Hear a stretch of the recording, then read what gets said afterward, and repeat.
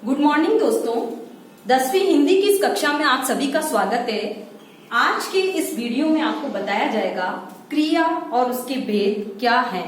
सबसे पहले क्रिया की परिभाषा यदि अपन देखें, वे शब्द जिनसे हमें किसी कार्य के करने या होने का आभास होता है क्रिया शब्द कहलाते हैं। मतलब वे शब्द जो हमें कार्य करने की स्थिति का ज्ञान कराते हैं, जिससे हमें कार्य करने का बोध होता है, या जो क्रिया हो रही है या जो काम हो रहा है उसका आभास या स्थिति का ज्ञान यदि हमें हो रहा है तो वे सारे शब्द क्या माने जाएंगे? क्रिया। उदाहरण के लिए यदि मैं कहूं, उदाहरण है राधा नाचती है, राधा नाचती है। इस वाक्य में काम को करने वाला कौन है? कर्ता कौन है? राधा। कर्ता कौन है? काम को करने वाला। और क्या काम कर रही है राधा? नाचने का। नाचने का काम कर रही है तो नाचती शब्द क्या हो गया? क्रिया। तो क्रिया की परिभाषा क्या हो गई? वे शब्द जिनसे हमें किसी कार्य के करने, होने या कार्य कराने की स्थिति का आभास होता है वे क्रिया शब्द कहलाते हैं। अब क्रिया के भेद। क्रिया कितने प्रकार की होती है? क्रिया के भेद यदि हम देखें तो क्रिया के दो भेद। क्रिया के भेद दो आधारों पर हम क्रिया के भेद कर सकते हैं। सबसे पहला कर्म के आधार, कर्म के आधार पर, और दूसरा है प्रयोग या रचना के आधार पर। प्रयोग या रचना के आधार, रचना के आधार पर क्रिया के भेद। दो आधारों पर क्रिया के भेद हैं, कर्म के आधार पर और प्रयोग और रचना के आधार पर। सबसे पहला हम देखेंगे कर्म के आधार पर क्रिया के कितने भेद हैं। मतलब कर्म के आधार पर क्रिया कितने प्रकार की होती है। कर्म, इसके आधार पर क्रिया के दो भेद हैं, अकर्मक क्रिया और सकर्मक क्रिया। पहला भेद है इसका अकर्मक क्रिया। अकर्मक क्रिया दो भेद है, अकर्मक क्रिया और दूसरा है सकर्मक क्रिया। सकर्मक कर्म के आधार पर क्रिया के दो भेद किए जाते हैं, अकर्मक क्रिया के रूप में और सकर्मक क्रिया के रूप में। सबसे पहले हम आ जाएंगे अकर्मक क्रिया क्या। देखिए, जिन वाक्यों में कर्ता का फल कर्म पर नहीं पड़ता, जिन वाक्यों में कर्ता का फल कर्म पर नहीं पड़ता, या हम यूं कहते हैं कि जिन वाक्यों में कर्म नहीं दिया हुआ होता है वहां पर कौन सी क्रिया होगी? अकर्मक क्रिया। जिन वाक्यों में कर्ता का फल कर्म पर नहीं पड़ता या जहां पर क्रिया शब्दों के साथ कर्म नहीं लिखा होता वहां पर अकर्मक क्रियाएं होती है। इसके भी दो भेद हैं, पूर्ण अकर्मक क्रिया और अपूर्ण। पूर्ण अकर्मक क्रिया, अकर्मक क्रिया,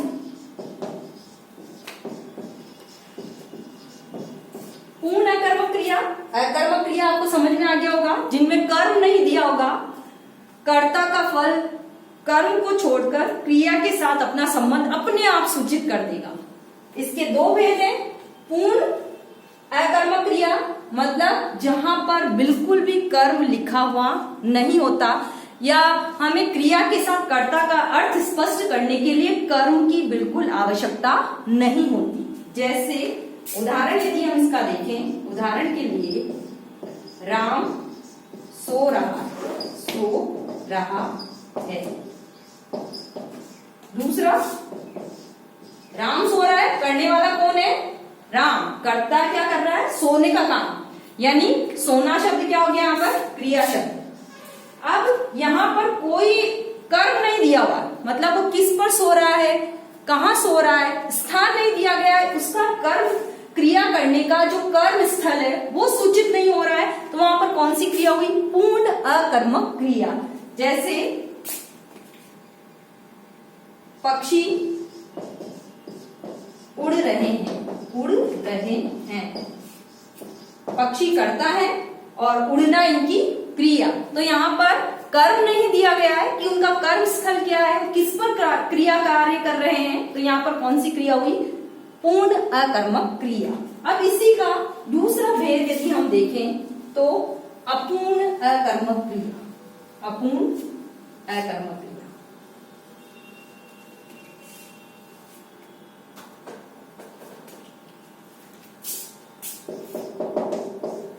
अपूर्ण अकर्मक।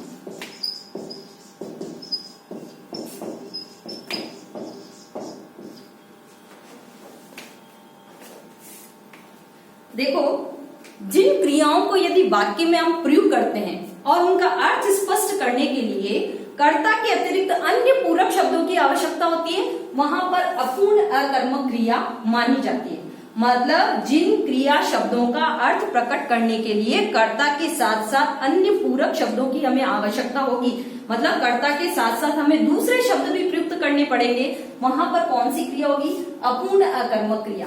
पूर्ण अकर्मक क्रिया में तो कर्ता का क्रिया के साथ संबंध स्पष्ट करने के लिए कोई भी पूरक शब्द नहीं लिखा होता, नहीं वहां कोई कर्म दिया हुआ होता है। अपूर्ण अकर्मक क्रिया में कर्ता का क्रिया के साथ संबंध स्पष्ट करने के लिए कर्म तो नहीं लिखा होगा, लेकिन पूरक शब्द साथ में लिखे हुए होंगे।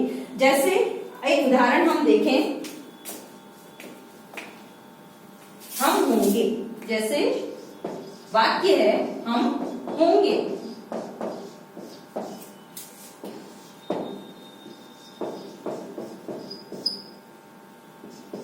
अब यदि मैं कहूं हम शब्द कर्ता है होंगे, क्या होंगे इसका अर्थ स्पष्ट नहीं हो पा रहा, हम क्या होंगे। लेकिन यदि मैं यूं लिखूं हम सफल होंगे, हम सफल होंगे, सफल होंगे, तो क्या होंगे इसका पूरा अर्थ तब स्पष्ट हो रहा है जब मैं इस सफल पूरक शब्द का प्रयोग कर रही हूं। पूरक शब्द क्या है इसमें? सफल शब्द। तो यहाँ कौन सी क्रिया हुई? अपूर्ण अकर्मक क्रिया। तो अपूर्ण अकर्मक क्रिया में कर्ता का क्रिया के साथ संबंध सूचित करने के लिए अनेक पूरक शब्द लिखे हुए हो सकते हैं। फिर है सकर्मक क्रिया। अकर्मक क्रिया आपको क्लियर हो गई होगी, दो भेद है इसके, अपूर्ण अकर्मक और पूर्ण अकर्मक क्रिया। अब कर्म के आधार पर क्रिया का दूसरा भेद, कर्म के आधार पर क्रिया का जो दूसरा भेद है वो है, कर्म के आधार पर क्रिया का दूसरा भेद है सकर्मक क्रिया। सकर्मक क्रिया मतलब इसके नाम से स्पष्ट है, सकर्मक मतलब इसमें क्रिया के साथ कर्म भी दिया हुआ होगा। कर्ता का क्रिया के साथ संबंध स्पष्ट करने के लिए जब कर्म भी साथ में लिखे हुए होते हैं या क्रिया करने के स्थल भी लिखे होते हैं, तो वहां पर कौन सी क्रिया होगी? सकर्मक क्रियाएं। जैसे मैं कहूं राम पलंग पर सो रहा है, पलंग पर सो रहा है, सो रहा है। राम शब्द क्या है? कर्ता। राम शब्द क्या है? कर्ता। सोना क्या है? क्रिया, क्रिया। अब उसका कर्म स्थल क्या है? पलंग, क्योंकि वो काम क्या कर रहा है? पलंग पर। तो जिन क्रिया शब्दों के साथ कर्म भी लिखा हुआ रहता है वहां कौन सी क्रियाएं होती है? सकर्मक क्रियाएं। अकर्मक क्रियाओं में कर्म नहीं लिखा हुआ होता है, सकर्मक क्रियाओं में क्रिया का कर्ता के साथ संबंध सूचित करने वाले कर्म शब्द भी लिखे हुए होते हैं। अब सकर्मक क्रिया के भेद, सकर्मक क्रिया के 3 भेद हैं। सकर्मक क्रियाओं के भेद 3 भेद है इसके। पहला भेद, इसके 3 भेदों में पहला भेद है एक कर्मक क्रिया। एक कर्मक, एक कर्मक क्रिया।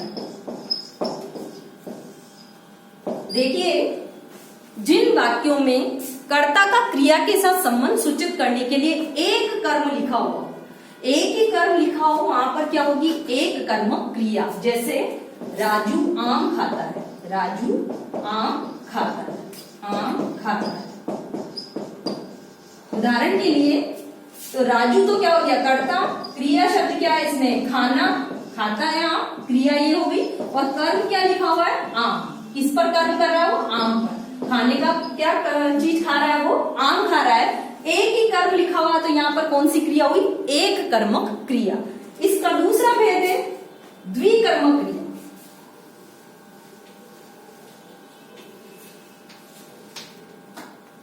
द्विकर्मक, द्विकर्मक द्विकर्मक, इसके नाम से स्पष्ट है, दो कर्म लिखे हुए होंगे। तो जिन क्रिया शब्दों में दो कर्मों को साथ साथ लिखा जाता है वहां पर कौन सी क्रिया होगी? सकर्मक क्रिया का दूसरा भेद द्विकर्मक क्रिया।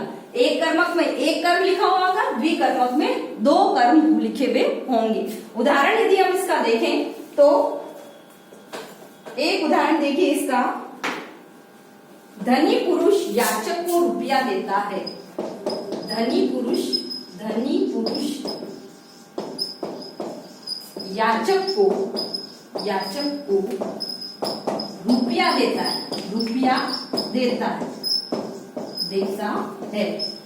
देखिए यहाँ पर कर्म करने वाला कौन है? धनी पुरुष, यानी कर्ता कौन हो गया? ये तो हो गया कर्ता। याचक को रुपया देता है, क्रिया क्या है? देना, देने का काम कर रहा है वो, तो क्रिया शब्द क्या हो गया? देना। और याचक और रुपया क्या हो गया? याचक को रुपया देता है। याचक भी हो गया कर्म, किस पर कर्म कर रहा है? याचक पर। और रुपया देने का कर्म कर रहा है रुपया, तो ये भी क्या हो गया? कर्म हो गया। तो जिन क्रिया शब्दों में दो कर्म लिखे हुए होंगे वहां कौन सी क्रिया होगी? द्विकर्मक क्रिया। दो कर्म द्विकर्मक। फिर अपूर्ण सकर्मक क्रिया।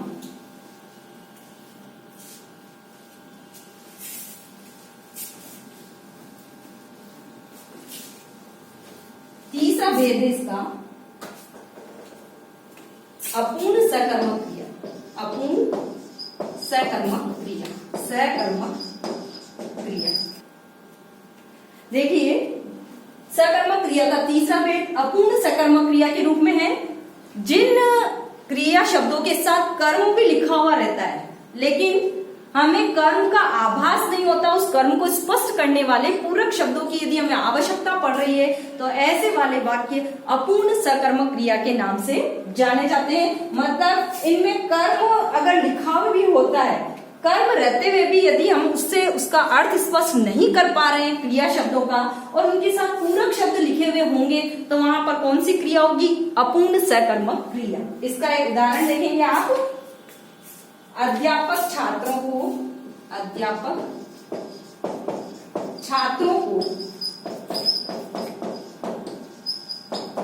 मूर्ख समझता है।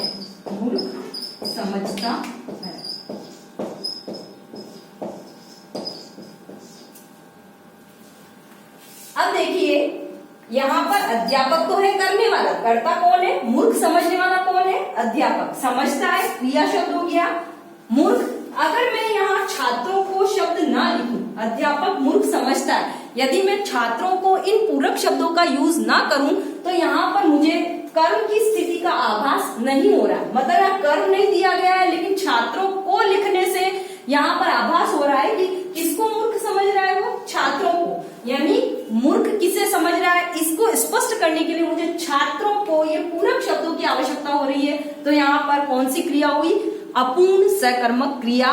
मतलब जहां कर्म होते हुए भी यदि उसका अर्थ स्पष्ट करने के लिए मुझे अन्य पूरक शब्दों की जरूरत पड़ रही है तो वहां पर कौन सी क्रिया हुई? अपूर्ण सकर्मक क्रिया। तो सकर्मक क्रिया के तीन भेद है। एक कर्मक जहाँ एक कर्म लिखा होगा, द्विकर्मक जहाँ दो कर्म लिखे हुए होंगे, और अपूर्ण सकर्मक जहाँ पर कर्म का अर्थ स्पष्ट करने के लिए अन्य पूरक शब्द भी लिखे हुए होंगे। ये थे कर्म के आधार पर क्रिया के दो भेद, अकर्मक क्रिया और सकर्मक क्रिया। नेक्स्ट है हमारा प्रयोग या रचना के आधार पर क्रिया के भेद।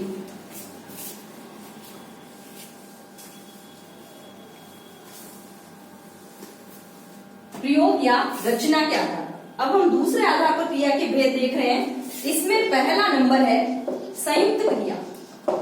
संयुक्त क्रिया। देखिए संयुक्त का मतलब होता है जुड़ा हुआ। जब क्रिया शब्द दो या दो से अधिक धातुओं के योग से बनते हैं, जो क्रिया शब्द दो या दो से अधिक धातुओं के योग से बनते हैं वहां पर कौन सी क्रिया होगी? संयुक्त क्रिया। मतलब ऐसे वाले उदाहरणों में जो भी क्रिया शब्द लिखे हुए होंगे वो दो या दो से अधिक धातुओं से मिलाकर बने हुए होंगे। जैसे इसके लिए एक उदाहरण देखेंगे आप। बच्चा खेलता दिखाई दिया। बच्चा खेलता दिखाई दिया। दिखाई दिया। देखिए इसमें दो क्रियाएं लिखी हुई, खेलना और दिखाई देना। खेलता दिखाई दिया। दो प्रकार की क्रियाएं हो रही है, खेलता भी और दिखाई देने का भी। तो दो प्रकार की धातुओं से संयुक्त होकर दो प्रकार की क्रियाएं जहां लिखी हुई है वहां पर कौन सी क्रिया हुई, संयुक्त क्रिया। इसके चार भेद माने जाते हैं संयुक्त क्रिया के रूप में। पहला इसका संयोजी क्रिया, संयोजी क्रिया। दूसरा इसका सहायक क्रिया, सहायक।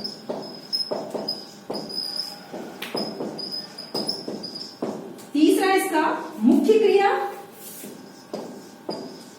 और चौथा है रंजक क्रिया। चौथा है रंजक, रंजक।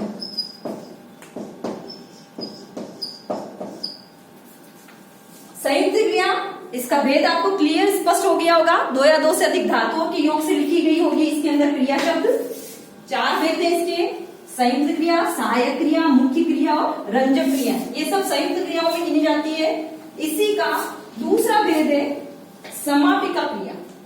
दूसरा समापिका क्रिया, समापिका क्रिया। जो क्रिया शब्द वाक्य के अंत में लिखे जाते हैं या जो वाक्य को समाप्त करते हैं या वाक्य के अंत में प्रकट किए जाएंगे उन्हें हम क्या कहेंगे, समापिका क्रिया। जैसे इसका उदाहरण देखिए, मधुमती मंच पर नृत्य करती है, मंच पर नृत्य करती है, नृत्य करती है। क्रिया शब्द वाक्य की समाप्ति पर लिखा हुआ है तो ये वाली क्रिया कौन सी हुई, समापिका क्रिया। फिर मतलब वाक्य को समाप्त करने के स्थान पर लिखी हुई होगी, इनके बाद वाक्य का समापन हो जाएगा, वहां कौन सी क्रिया हुई, समापिका क्रिया। फिर है देखिए असमापिका क्रिया, असमापिका।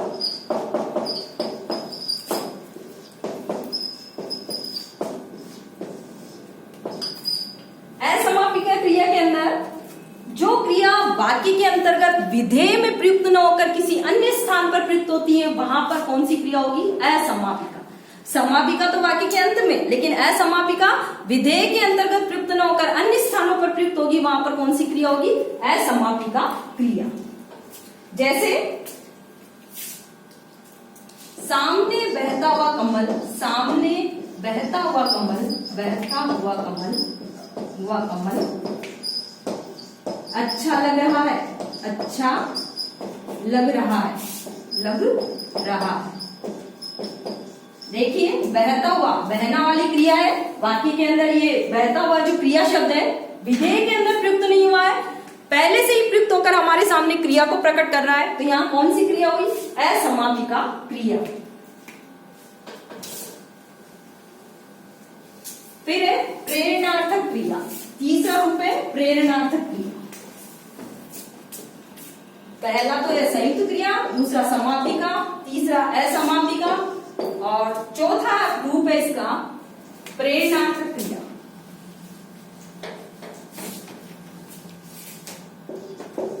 प्रेरणार्थक, नाम से स्पष्ट है कि इसमें कर्ता खुद काम नहीं करेगा, दूसरों से काम करवाएगा, दूसरों को काम करने की प्रेरणा दी जाएगी।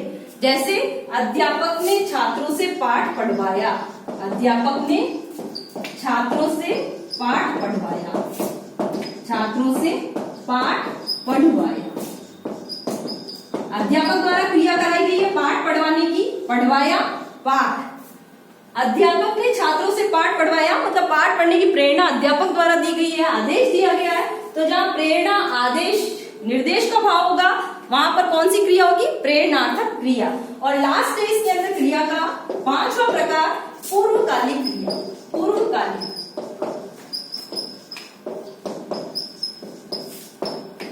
देखिए पूर्वकालिक यानी पहले काल वाली, यानी दो क्रियाएं साथ साथ चल रही है, पहले वाली क्रिया पूर्ण होते ही दूसरी क्रिया स्टार्ट हो गई है और तब हमें पहले वाली क्रिया का यदि आभास हो रहा है तो वहां कौन सी क्रिया होगी, पूर्वकालिक। दो क्रिया है एक साथ हो रही है और जो पहले वाली क्रिया हो रही है उसको हम कहेंगे पूर्वकालिक क्रिया।